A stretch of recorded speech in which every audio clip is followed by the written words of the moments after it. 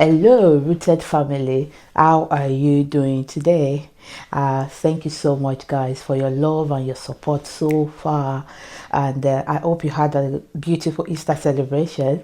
I actually had the joy of gifting two families Easter chocolate eggs, and I'm so glad the kids love them. Thank you so much. Thank you. And we really thank God for the gift of salvation to be able to celebrate the Easter season, which is symbolizes celebrating and remembering the death and the resurrection of our Lord Jesus Christ. So amazing. So you're welcome to today's episode with Rooted with Blessing. Ta-da!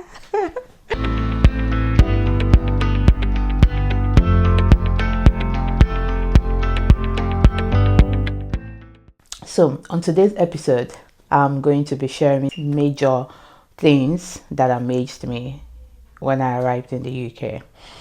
Not just when I arrived, but in my process of living, in my process of getting rooted in the United Kingdom. So it was not just limited to when I first came in, because I'm sure I've shared a bit of my experience when I first came in. So this is majorly about what amazed me while living in the United Kingdom, and just looking at where I'm coming from. So me coming to the UK was the first time I'm going to be traveling out of Nigeria. So a lot of things amazed me and I needed to adjust to them. So let's dive right into it. The first one is stability and utility. So I know we've heard it, we hear it that everything is stable, electricity is stable, there's consistent running of water, you've got good Wi-Fi. We used to hear all of that, but experiencing it is a whole different ball game. Whereby when I first came here, let me just tell you this funny story, because I know I've shared it before, that I came and then I got into my auntie's place, and though it was still isolation, and I connected to the Wi-Fi.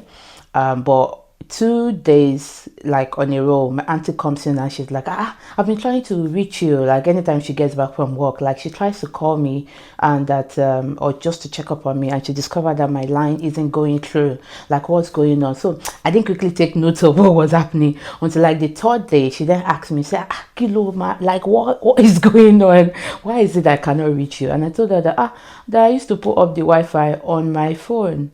She and her husband, she just started laughing. Her husband heard, he said, what did I hear? That you put up the Wi-Fi, see, they had a good laugh that morning. And they were like, why? I said, I don't want it to run, I don't want the bill to go high because of me and all of that. They said no, that for Wi-Fi, no matter what, as far as you're using it, like whether you use it or not, it's still the same amount they're gonna pay at the end of the month. That's so I wasn't affecting it. And see, I understand, but you know where we are coming from. You have to put up your data.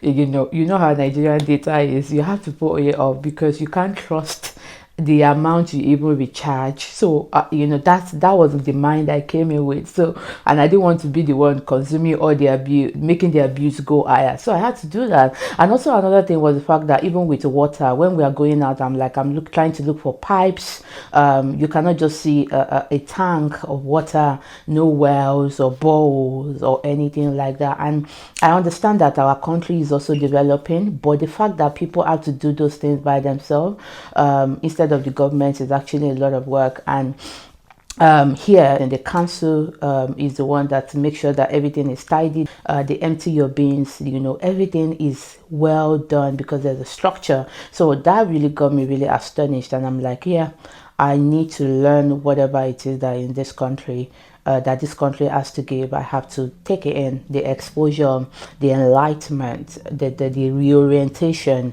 I need to be able to understand how to marry it together with my childhood or growing up experience. So yeah, that's number one. Number two is about rent. Guys, you pay rent every month. At the end of the month, I know that's when you're like, oh, they've gotten their salary, but that's when everything has to be sorted out. So the way the money is valuable to you where you are is the same way it's valuable to everybody where they are. So at the end of the month, that's when you pay your rent, you pay your bills, you pay for everything. For students, you don't really need to pay before. It depends on where you are really. Some students are living in an apartment where they have to pay bills separately, but a lot of us, we came into apartment where it's bills inclusive, which means that the amount of money we pay as a bulk covers for the house and also for the bills, so I don't have to pay Wi-Fi or whatever separately. But now that I've moved to a place that is outside student jurisdiction, I have to pay. I have to pay my bills. So that's the thing about rent. You have to pay your rent every month, not like in Nigeria that is once in a year. So that was new for me, and it was really, really amazing. And another thing I would like to say about rent is that you will have to pay your rent because shelter is a big deal. That's one of the things I learned here, that shelter is huge. A lot of times I'm coming back from London, or I travel somewhere for a job and I'm coming back late, especially during winter or spring that is still a bit chilly, and I'm coming back maybe around 1 a.m. and I might be free, like even though I wear good jacket to be able to keep warm, but see, what is on my mind is I need to just get home. I need to just get home to keep warm, to shower or to take a hot drink that I don't need to buy, to make it to my own taste, and to have a hot bath or something. That your mind is on your, like, on the way home. Like, I just need to get home to keep warm. Shelter is a big deal. If you don't appreciate shelter, it's like when you get here, you will, like, you cannot just sleep outside. And I see why charities and even the government is very particular about the homeless, because it's like you need to, people, when it's cold, no matter how heavy it rains or how much it snowed or how cold it is, the moment you entered your house, that's your safe space. That's your safe space. So please, shelter is very vital. It's very important. I know for some people it's not convenient, or it's not, even if you are not able to put on the heating in your house, there's hot water bottle that we used to buy, put it under your duvet, or you buy the electric blanket. That's something to keep you warm. There's always something to keep you warm, like to help yourself keep safe. Shelter is key and it's paramount, and I'm so, like, yeah. Yeah, I don't have much to say, but yeah, shelter is very important. Yeah. So the next one is going to be transportation. Yes, and for transportation, me and transport, I had to do some races when I first started taking bus or train here. So my house was very close to the station. It's about 10 to 12 minute walk to Luton train station. That's where it's called the Luton interchange, where you have the bus center where all buses going to different places in Luton and Dunstable load from. Even buses going to Bedford, going to Milton Keynes, they load from Luton. That's like buses going to the next town, Stevenage and Leighton Buzzard. Yeah, so buses that go to places like that, they load from there. And there are buses that actually go in between streets. So there's a bus that actually comes to my street, but it comes once in an hour. Once in an hour. I would have gone to the station now, and you even know how to walk fast when you get to this place. So, and for somebody like me that grew up in Ibadan and lived a while in Lagos, you're just used to hopping on any bus or any taxi going, just drop your hand. Are you going to Akpata? Are you going to Dubai? Are you going to Mile 12 or whatever? They just call they call their own destination, and that's along your route, and then you just get on. That's how we take transport. So here you have to look at the map. You check where are you going, you put it in, and then the Google map or whatever you're using is going to tell you, okay, walk 5 minutes to the station. From the station, get to stand B or stand 12 or stand 8, where you're going to take a bus 571 or bus 201 going to so place, or a train on platform 2 or platform 1 loading at so time, getting you to London in 25 minutes. From London you walk another 5 minutes to the underground. Then the underground you take Northern Line or Victoria Line to another station or another place, and then you walk. So it's gonna give you the full detail. I went to see one of my mom's friend that came to visit her daughter in 2021. I was still a bit new, maybe like 7 months into, and I didn't need to call them. They just gave me the postcode and complete house address. A lot of times, I know people travel with postcode, but sometimes you get to a location where the postcode covers the whole, like maybe about 2 streets, and you're not certain where exactly you're going. So I like to ask for people's exact house number and street. So I asked for their house number and street number and postcode. I just put it into my map. It directed me exactly how I'm going to go, and I put it on my map. I got to their door and I just called them, I'm here. She was so amazed. She said, how did it? I said, since you've given me address. So that's when I was already used to the transport system. But it's so easy. It is so easy. But the only fault there is that if you don't follow it, you're going to miss it. So at my first time, you might say, oh, I'm going to get on the next train or the next bus. That's going to add additional 5, 10, 15 or 20 or 30 minutes or even 1 hour. There are some buses that run 30 minutes. There are some buses that run once an hour. There are some buses that run, those ones, they are non-stop. In London, buses every 1 minute or 5 minutes. So it's like you don't have much time to waste. But for any other, even for train, there was a day it was like, okay, there's a train 2 minutes after the first one I missed. But unfortunately for me, the one I missed was just going straight. It's a direct train to London, and so just going to stop maybe like 4 stops before it gets to London. But the next one I opted on, whereby I would just say, oh, it's just 2 minutes after.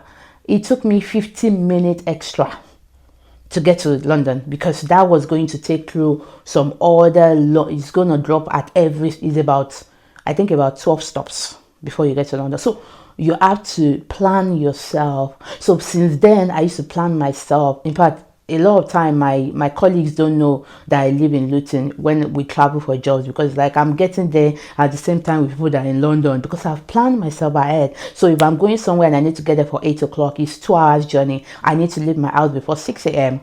and I need to get on the train, and just give time. Sometimes there might be delays even on the bus or on the train, but it's better you wait for the train or the bus than they will not wait for you.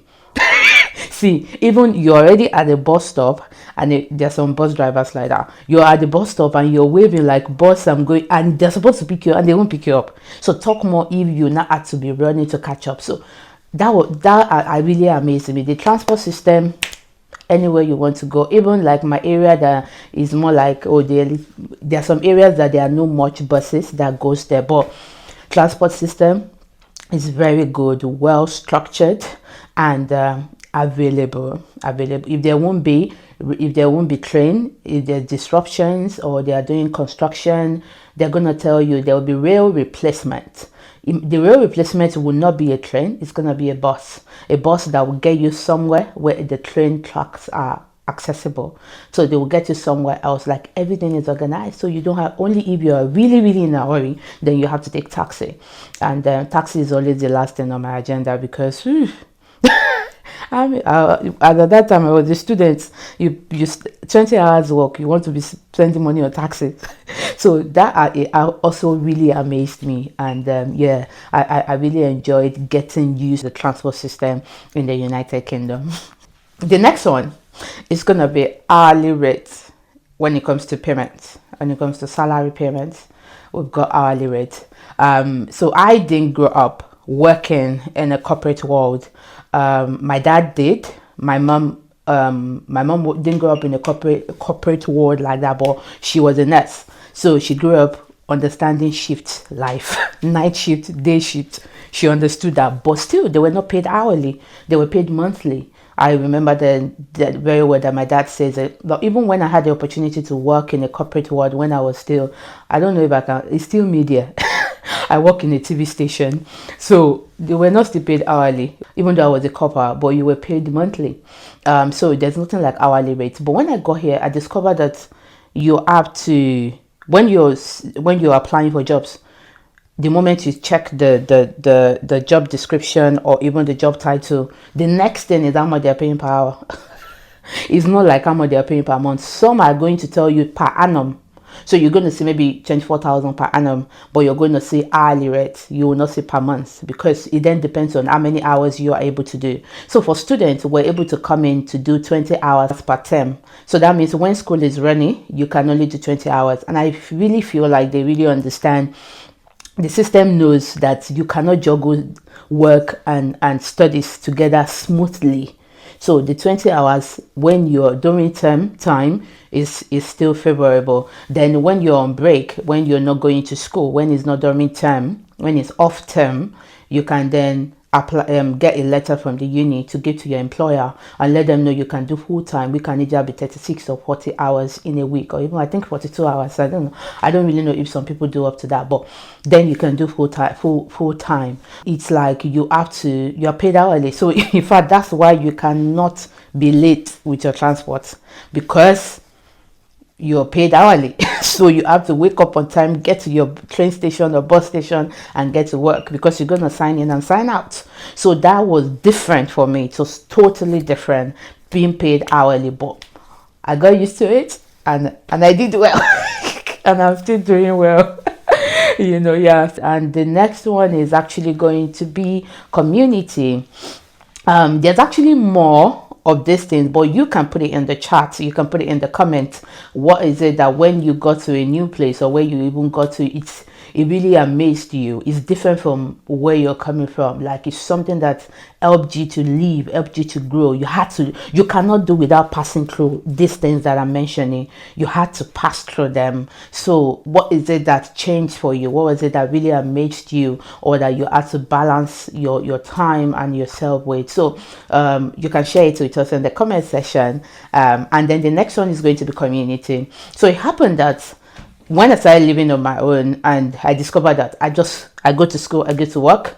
I school because I wasn't even going physically. So the only place I had to go physically was work and shopping. And as at that time, I haven't even found my church yet. So just work and shopping, that's the only thing I go out to do, and just go for a walk, And I remember that for like 6 months in a row, the only time myself and my auntie just speak on the phone. We don't see. Like 6 months, and I could literally walk 15 minutes from my house to their house, and it's like, what is going on? And sometimes I just want to be. Yes, in fact, it was when I got here, I knew that I could actually have my own private time. Like, there's sometimes I just want to be quiet. Everybody knows Blessing to be, Blessing is everywhere. She's an extrovert. She likes to be around people. Yes, I love to be around people. I love people being around me. But I got here and I just wanted to be alone. I just want to be quiet sometimes. But it got to a point that it was becoming too much. It was drawing me into isolation. It was drawing me into, even when people are calling me to check up on me, or I don't want to talk to them. I don't want to speak to anybody. I'm angry. Like, I'm like, I need to go and find my auntie. I need to call my friends. And I was just like, no, I need to get out with this thing. So if you're not careful, you're not going to see your blood brother for 2 years in this nation. I know some of my friends or people that we came together that if we are not careful, we won't see ourselves in fact, it's not in a year. Last year, there was one of my sisters. We didn't see throughout a whole year. And we are in this UK together. Like, both of us did not have time, but we just have to create the time for that community, for that relationship. You have to create time so that you're not alone, you're not carrying the burden alone. Especially the fact that we are new here, during visa transitioning, like even during school transitioning, during graduation. People that don't have families here, they have their community supporting them. Church is one huge community that you cannot dispute, because if you're not seeing your family every week, you're going to see your church members every week, at least every Sunday, if you are able to go to church every Sunday. So it's like, community is big. We cannot do this alone in this nation. God has planted people and community around us. Don't push people away. Don't push your family away. Don't shut them out. Don't shut people that are checking up on you. Reach out as well again. And another thing is, even if somebody is not able to reach out, there are sometimes that 2021, 2022, I travel a lot. I started going out. Like, I'm like, no, I need to go and find my friend. I need to go to Manchester, Birmingham, Rugby, Warden. I just go and visit people. I just go and visit my friend. Like, it might be once in a month, in a year, but I went out. I took the opportunity to go and visit them. And it's like, they can come because a lot of them, they have family, so they cannot just up and want to come and visit Blessing. But I have the opportunity and the privilege to go. But throughout last year, I could not even visit anybody, like to travel, but I could visit people around me, like in Luton or whatever. But there are some times that the season is like that. You will not be able to move as much as you can,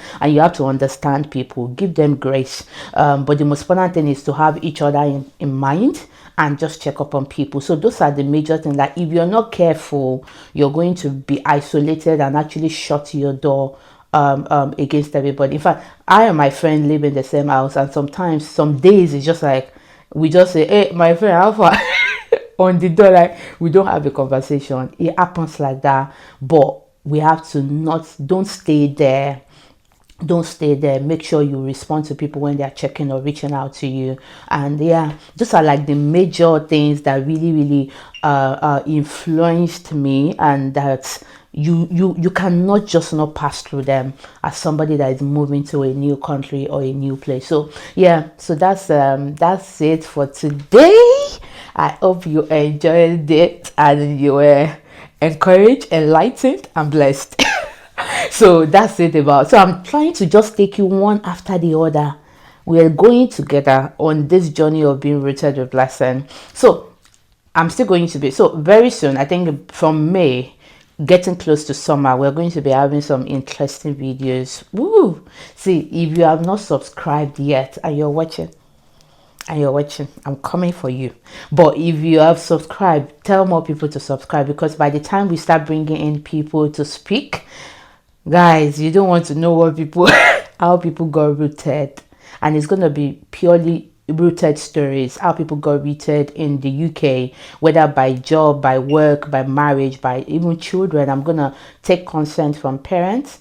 If I might not show their faces, but we're going to have children. I was having a conversation with a child that was talking about the fact that how was I experienced when she got here, our first time in school, you know, and all of. And please, I just need you to subscribe so that you were able to learn to see that, in fact, somebody's story might be your story.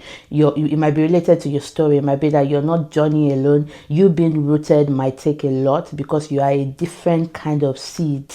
So somebody else might be a seed related to yours. The seed might be your species. In fact, by the time I keep sharing more of my story might also be related to yours. But please don't carry the burden alone. That's why this YouTube is there. And please don't forget, if you want me to feature your story about how you got rooted here, please reach out to me in the comment section. And if you know me personally, you've got my details, please message me and let's have a conversation and plan to shoot. So thank you so much, guys. Thank you for subscribing. Please keep subscribing. That's very important. And turn on your notifications bell and continue to like. And I enjoy your comments. Please keep dropping your comments. And thank you so much. Have a blessed week. God bless you. Bye. Love you all.